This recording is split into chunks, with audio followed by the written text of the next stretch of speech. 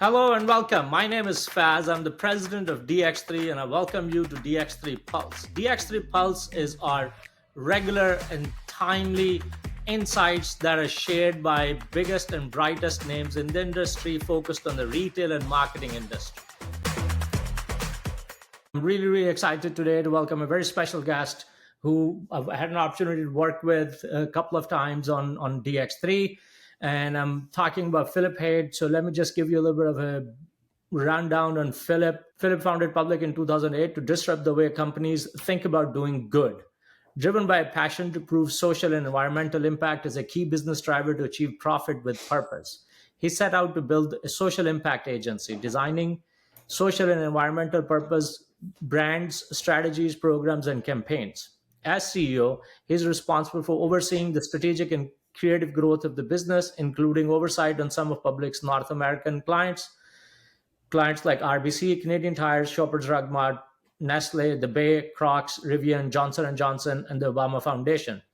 Phillip is a frequent commentator and columnist for Fast Company, writing on profit with purpose. Welcome, Phillip. Thank you so much. Great to be here. Phillip, I want to get started with asking you what made you start Public, because we know it's a sort of profit over purpose or purpose-driven business. So what made you start the agency? Yeah, it was 2008 when I started. So we're actually coming up on 15 years in October, which is sort of hard to believe. And Congratulations. thank you. The idea for the company then is the same idea as it is today. The difference being, of course, that there's a lot more currency in the market for what we do today than there was then. But the impetus for it, to your question, Faz, was that I was working at a social issue advertising agency before I started Public. I started in 2000 and they were doing work in corporate social responsibility kind of in the early years of it. And I was a strategist when I started there, and I was working on accounts with, beer companies and insurance companies and such. And we were developing corporate social responsibility programs. And what I found sort of between 2000 and 2004 was we would do this great work. The client would be very happy, but even if we were having success, they wouldn't necessarily put more money towards it because it was seen as an expense to the business, not actually a core business driver. And so that's what, for me, sort of in about 2004, the light bulb went off, and I thought, this can't be the way forward, right? We need companies to do more, but if we're asking companies to do more and it's seen solely through the lens of philanthropic effort, it will never scale, right? Because that's just not the business motivation. And so 2004, I started thinking about, well, what should it look like? What could it be? And of course, as you know well, Body Shop existed. You had, Dove, you had Ben & Jerry's. There were some proof points in the market, but by and large, as we all know, that wasn't the norm for companies. And so the impetus for Public for me was to say, we have to find a way to prove that if you embed social and environmental impact at the heart of a business, right? Make it part of their business strategy, make it part of how they operate. It doesn't have to be the be all and end all, but just make it part of how they do business and show that they can actually make money, acquire customer, attract top talent to the company by doing something that also creates positive societal benefit, what we call profit with purpose. I wanted to prove that at scale, that you could actually have more of both. And so that's what drove me to create the company. So I left where I was, and I took the leap and started this company. The problem was that it was 2008 and Lehman Brothers collapsed 2 weeks before we started. And I thought, oh boy, here we go. Who's going to buy it? And nobody wanted to buy that idea, I can tell you, in the early years. But that's how we started. It was always with the same notion of we have to think about how companies can be greater forces for good in the world. And if we don't drive their profit mentality and approach, it's never going to scale. So, I was going to ask this, that, okay, was it as a result of 2008 crisis? But you're already answered that. But looking back, because also after 2008 financial crisis, I feel like there was a sort of a surge or a movement towards looking for purpose and not just profit for the sake of making profit. So looking back now, do you think in a way that timing was good, that it sort of recognized or people started to notice it a little bit more come 2009, 2010? I think so, but I actually think it was a little bit later. So it was bubbling, as you're saying. You're absolutely right. Like it was sort of bubbling in 2009, 2010. But really, as we came out of the sort of the financial crisis, I think that all eyes were on how do we just drive our business forward. I think probably more, in around, 2015, we started to see a lot of brands really try to lean into purpose. Now, there wasn't a lot behind it, I must say. Like a lot of it was what we would now deem performative, right? Like, you brand and they would do these brand spots where they would do something that was purpose related, but then they would give a bit of money to charity. Like it wasn't really integrated. But I think to your point and your question, it was percolating for quite some time. And we've seen this, right? Purpose as an idea comes up and then it kind of goes down and it comes back up as it did in 2015. And it was hot over the last few years. And I'd say it's cooled off. It's not going away. It's not like companies aren't thinking about it. But in terms of the amount of energy you're seeing in the marketplace, certainly from a marketing perspective, it's cooled off a little bit, right? As sustainability and ESG has come up. And then, of course, and we can talk about this if you want, but ESG is also now taking some hits. So these things kind of go in. What's interesting is they do go in cycles, but the idea that a company needs to be more purposeful for its employees, for its customers, for its partners in the supply chain, and they need to be more sustainable, that idea is not going away whatsoever. I mean, you're right. I mean, 2015, 2016 does seem to be like where purpose driven business was sort of at the top of mind for a lot of people. And there was a lot of Yeah, conversations in terms of that this could be sort of the new alternative model to everything. But yeah, right. it's not being talked about as much, which also in a way I hope is a result of that there is quite a lot happening under the surface, and it's just accepted now that there are businesses who are going to focus on purpose and not just profit.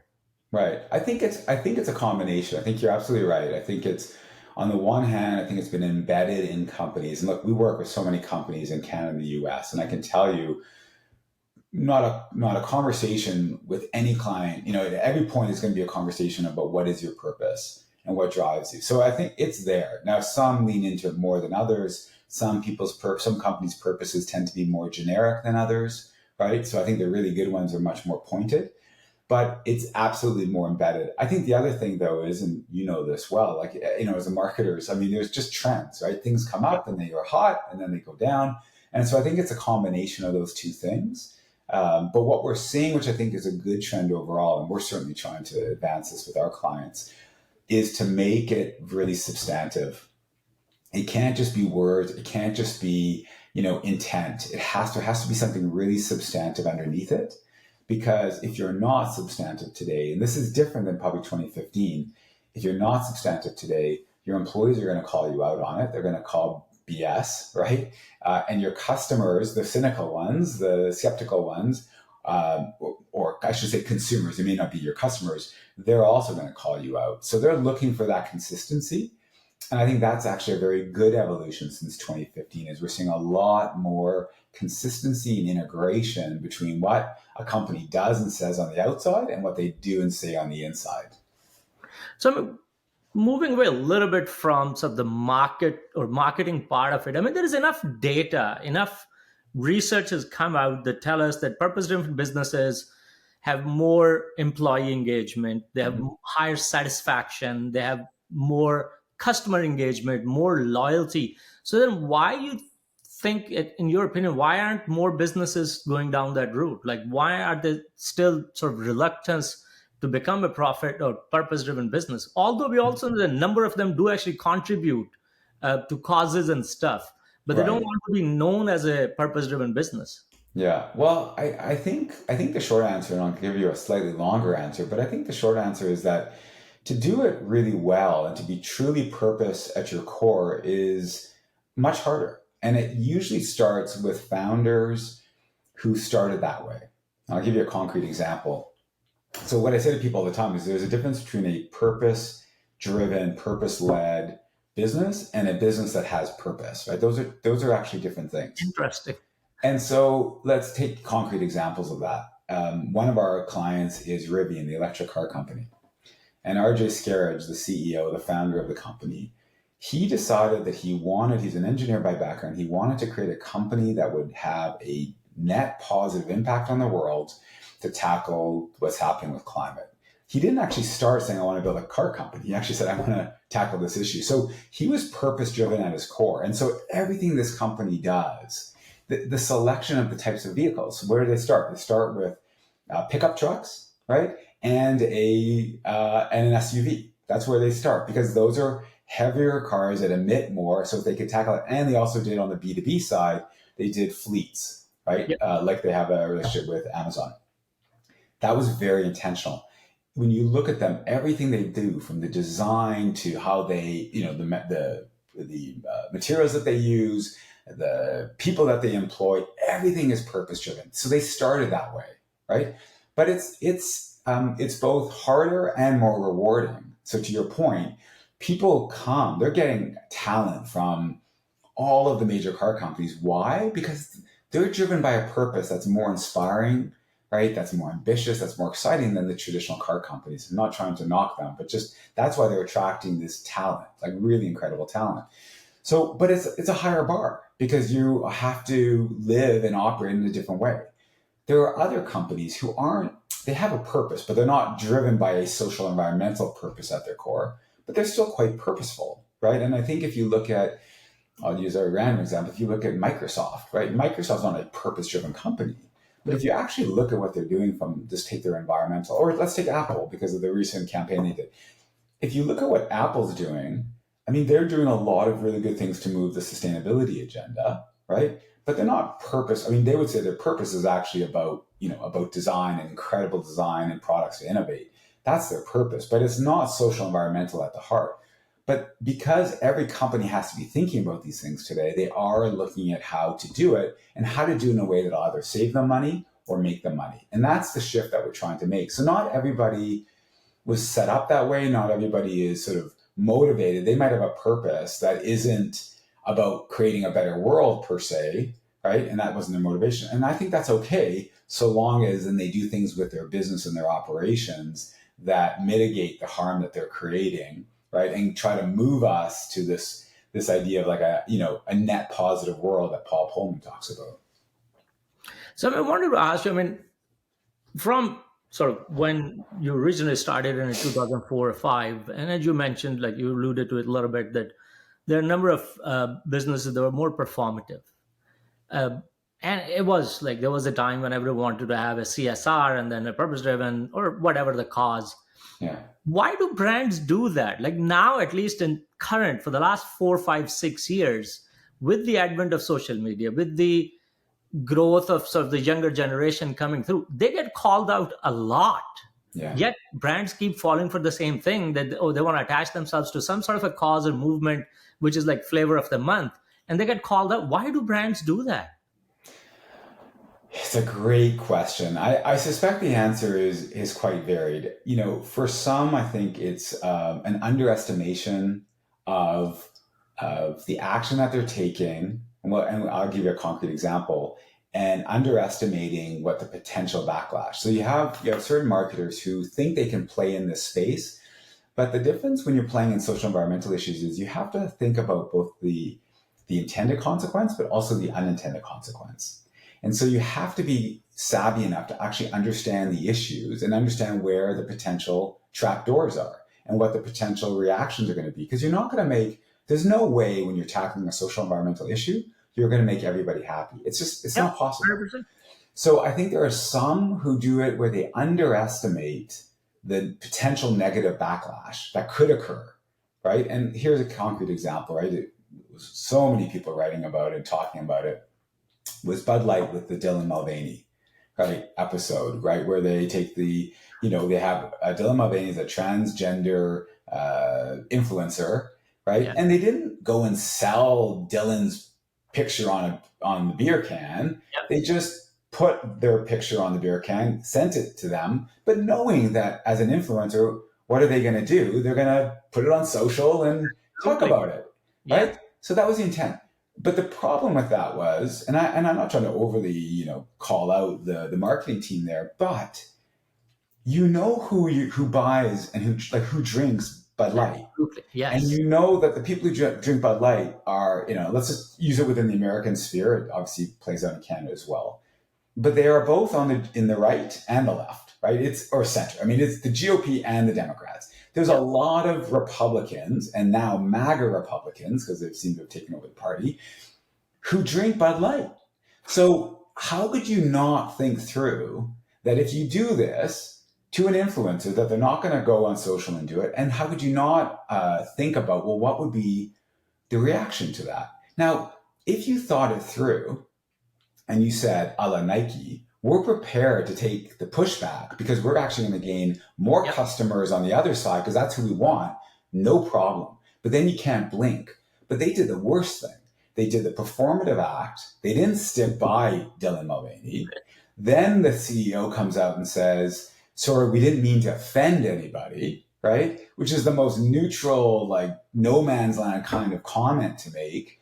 And they put on leave the people who did it, the marketing team, they disappear. I mean, the whole thing was handled terribly because they weren't actually committed to it. So, Yep. where I'm going with this is to say, why do people do it? I think they underestimate potentially the unintended consequence. I think they aren't truly committed and they don't realize like what could happen if you're not truly committed. Because in those instances, you can't blink.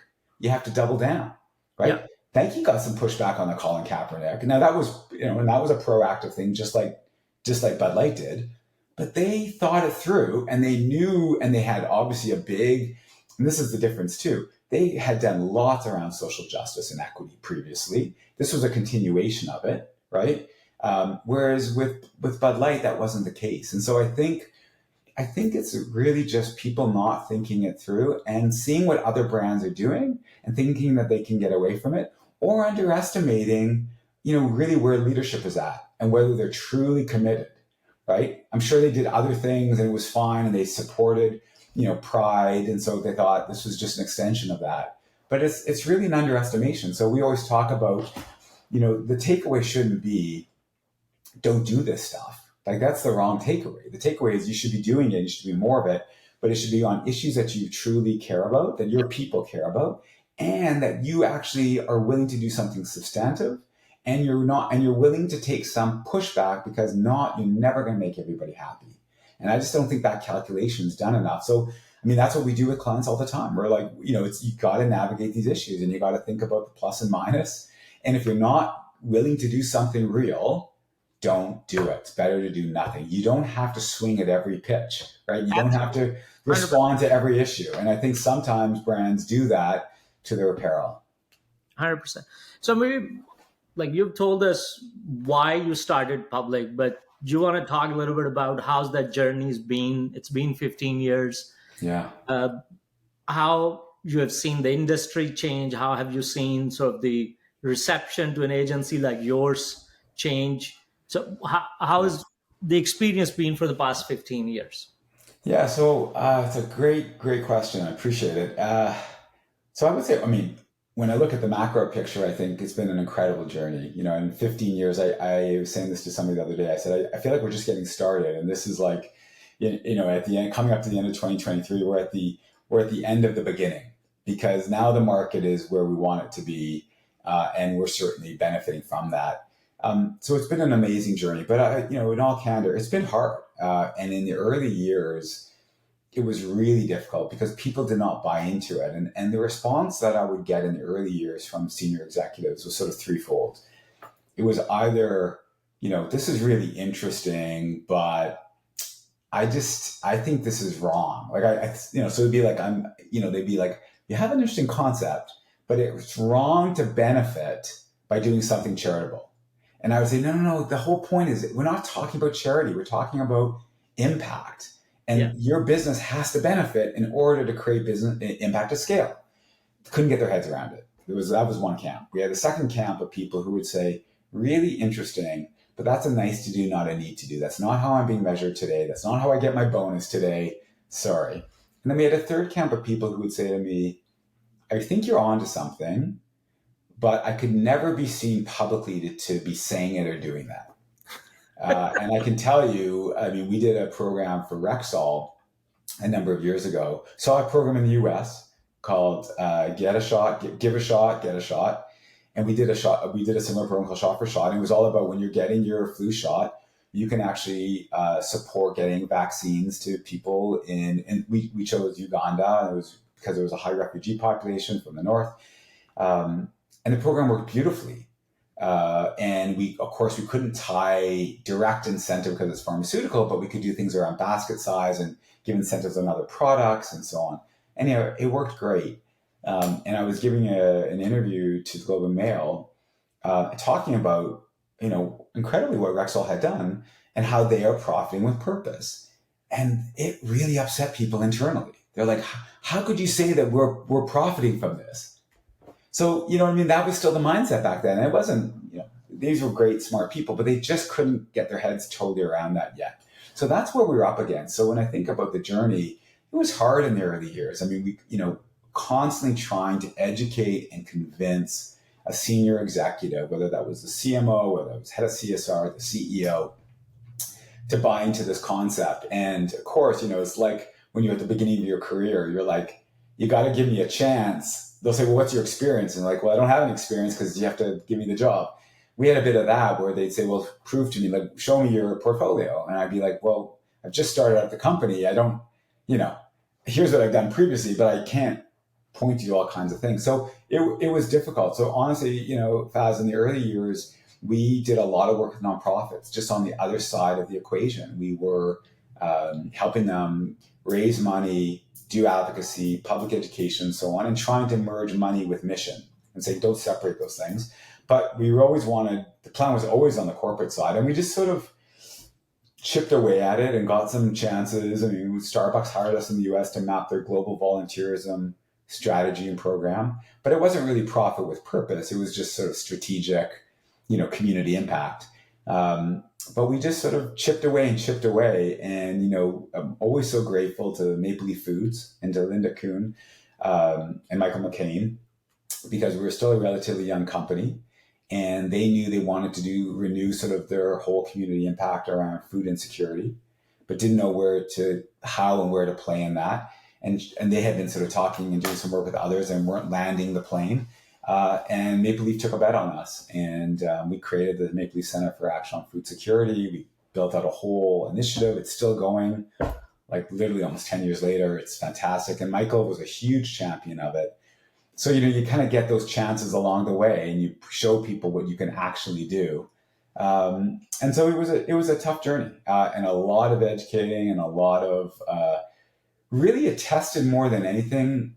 It tested my resolve on how badly do I believe in this idea and how badly do I want it, the headaches of building an agency.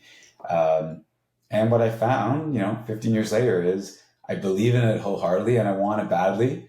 And of course, now then the market caught up. Probably around 2015 it started. And certainly in the last 5 years, it just accelerated. And look, we're still a boutique, but we're 40 people. We've got an office in New York. We've got team members in both in the US and Canada. And we're working with all the big blue chip brands in Canada and the US. So, I always say to people, how badly do you want it? And are you willing to stick with it? And I think if you stick with it long enough, you show that you're sincere and you're authentic about it. But you also learn a ton that you can now bring to the benefit of your clients. So it's been quite a journey, but I'm excited about the future because I look at what's happening and I think we're only going to see more of this, right? Because regulation is coming too, and that's the other reality of this. And so companies have to do this. And so how do you do it well in order to both drive your business benefit and your social, societal benefit? So now within sort of your mix of your projects, is it primarily that people reach out to public when they want to do some purpose-driven project or something, or is it that you actually take up clients purely as an agency, although you are a purpose-driven business? So I'm just trying to understand that. Are you, Sure. for example, do people talk to you purely simply that, hey, this is a really good agency that just happen to have a lot of expertise in that specific area, but it's still a very good agency? Or is it, no, we want to talk about purpose-driven projects or impact-driven projects, and that's the agency we want to talk to? Yeah, it's the latter. So, we have our purpose as a company is to go to work every day to accelerate change in society. I mean, that is why we exist. And to accelerate change, we have this mantra of profit with purpose, right? And so we don't waver from that. So we do not take work that isn't trying to advance a social environmental issue and move the company forward. So we don't, some agencies, a lot of agencies sort of just do the traditional marketing work and then they'll do some of this, right? And they like it and I get it.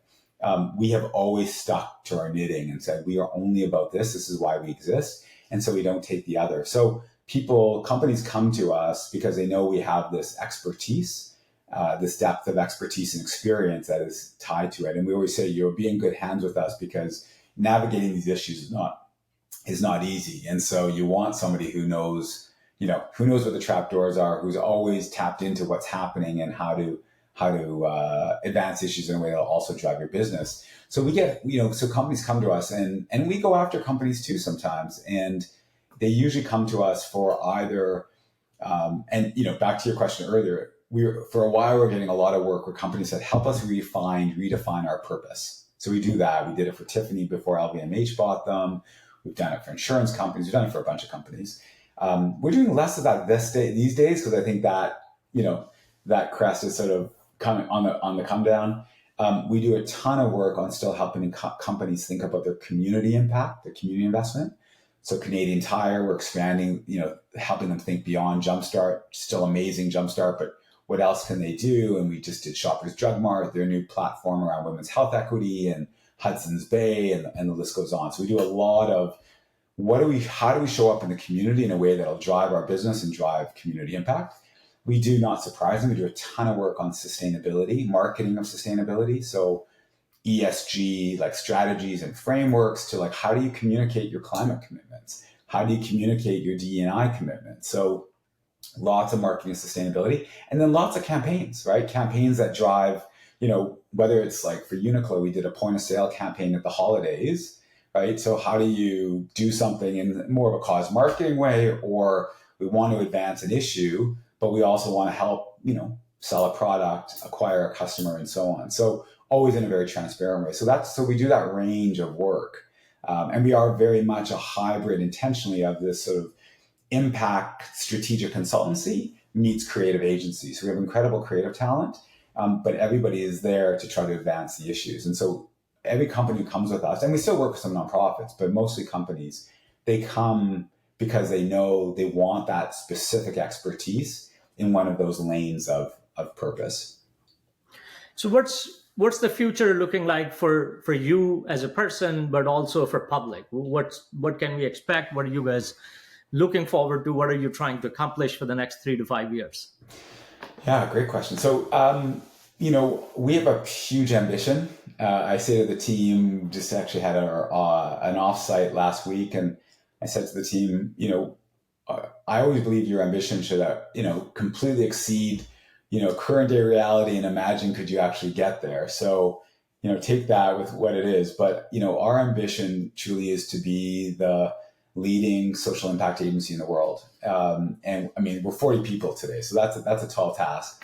But we are aggressively building our presence in the US. We have a small team of 7 people in the US right now, but we work with some great clients there. So we're looking to expand our footprint in the US market. We're looking eventually to expand internationally and really to work with, Fortune 500, Fortune 100 companies and have, to sort of be the McKinsey of social impact, as it were, right? Where you're just, people know if you need to think about how, from a strategy and creative perspective to advance an issue, you want to come to public. So we have a big ambition to have way more influence than we do today for our clients on moving issues forward. The climate crisis, the deepening and widening gulf between rich and poor, and thinking about the social inequities, right? Thinking about issues connected like food insecurity and how, the housing crisis we have. So tackling these pressing issues, but doing it on a much bigger scale.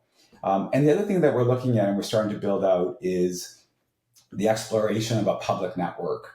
And I've had some interesting conversations with private equity firms in the US about building a public network where we actually would acquire all service-oriented businesses that are social environmental impact focused, but with no competition. So you would have public, you'd have a social impact PR shop, you would have a product innovation shop, you'd have a kind of advocacy and government relations, you'd have a research, right? So all of these different agencies would all have their niche expertise still tied to social environmental impact, but not competitive. So you could start to build the synergies within it. And so we're looking to say, could we actually build a network to build the sort of leading impact service business in the world, where these brands would still keep their brands, but they'd be under this public network where you're starting to build the synergies for greater influence and impact to move the world forward. So we're exploring that. We've had some interest. It's going to take a while. We want to not take our eye off the ball on continuing to build public. We have a long way to go. But I'm interested in that because I think when I think about how you create positive impact in the world, it's not just through what you do in community, right? It can't just be through what you do with your people. That's really important. You have to look at how your products can actually improve the world, right? You have to think about how you use your voice and advocate and change policy, right? You have to think about finding new insights or how you actually buy media in a different way. So that's why looking at those and saying, interesting if we could build out a network different than the holding company model, but where we buy some best in class and we start to build that synergy to stay on mission, which is to accelerate change. That's fantastic. Phillip, thanks a lot. Appreciate you making the time for us. I could have had this conversation for another half an hour easily, but we only had about 30 minutes of your time. Would love to have you back at DX3 once again. We are on 9th and 10th of April 2024. Would love to have you come and talk and share sort of your vision and how you want to do things. And I genuinely wish you all the best and want to see you grow and thrive.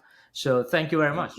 Thank you so much, Baz. I really appreciate you inviting me on. And obviously, I'm a big fan of DX3, and I've had a chance to participate both for the US and Canadian versions, and love what you're doing. So I just appreciate you inviting me on. It's been a great chat. Thank you very much. Take care. Take care. For the latest updates, subscribe to our channels linked below. You can also visit us at dx3canada.com. It will help you keep updated with our content and engage with us and interact